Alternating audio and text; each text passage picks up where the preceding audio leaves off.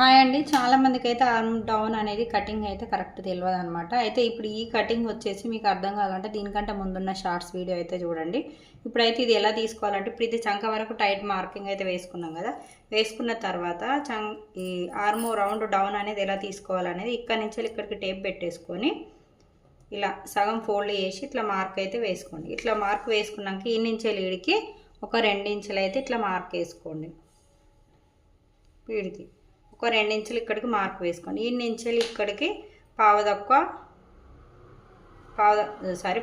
2 ఇంచులు ఇలా ఇక్కడైతే మార్క్ వేసేయండి. ఇప్పుడు ఈ నుంచి ఇక్కడికి మనం ఏం చేయాలంటే ఈ నుంచి కరువు దింపితే సరిపోతుంది అన్నమాట. ఇలా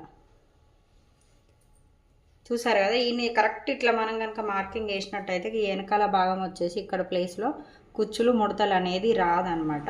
ఇప్పుడు ఇది వచ్చేసి బ్యాక్ వస్తుంది. మరి ముందు భాగం ఎట్లా అని అంటవచ్చు.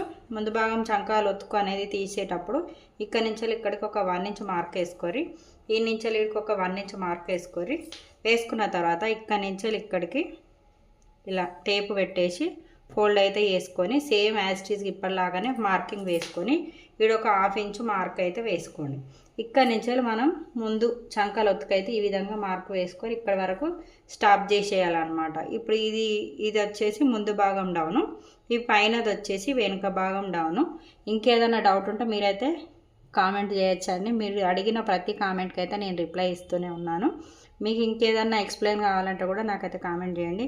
ఖచ్చితంగా వీడియో నచ్చితే లైక్ అయితే ఇచ్చుకుని మర్చిపోకండి, షేర్ చేసుకుని ఇంకా అసలే మర్చిపోకండి.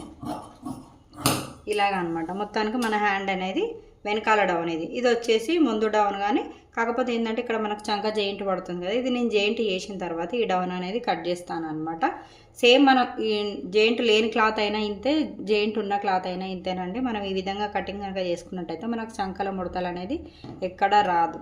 ఓకేనా ఫ్రెండ్స్?